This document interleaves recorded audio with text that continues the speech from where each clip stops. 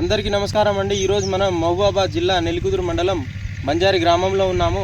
ప్రస్తుతానికి అధికమైన వర్షాల వల్ల మిరప పంటలో పండాకు సమస్యతో పాటు ఎరుపు వచ్చి మొక్క ఎదగడం లేదని రైతు మనల్ని సంప్రదించడం జరిగింది. వారికి మనం గంగోత్రి కంపెనీ వారి గ్రోవిటా అనే ప్రోడక్ట్ని రికమెండ్ చేశాము. గత 5 రోజుల కిందట వారు వాడి ఉన్నారు. రిజల్ట్ ఏ విధంగా ఉంది, ఎలా పనిచేసిందనే విషయాన్ని వారి మాటల్లో తెలుసుకునే ప్రయత్నం చేద్దాం. నమస్తే అండి. నమస్తే సార్. మీ పేరు? లక్ష్మణ్. ఓకే, ఏ ఊరండి ఇది? బంజారా గ్రామం. బంజారా గ్రామం. నేను గ్రోవిటా అనే ప్రోడక్ట్ వాడారు కదా? అవునండి. ఎలా పనిచేసిందండి మీకు? మీరేం గమనించారు? ఈ గ్రోవిటా వాడక ముందు నా తోటకు బాగా పండాకులు ఉండే, బాగా ఎరుపు ఉన్నది.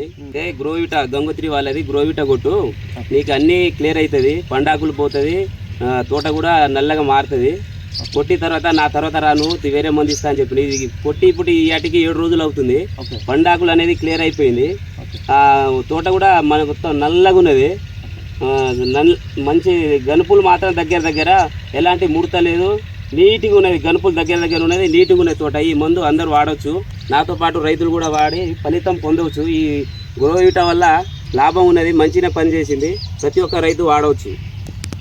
ఓకే, ఈ అన్న చెప్పినట్టు తోటలో వచ్చేసి పచ్చదనంతో పాటు పండాకు సమస్య అనేది పోయి చిట్టాకులు అనేది రావడం జరిగింది. మీరు ఒకసారి చూడండి.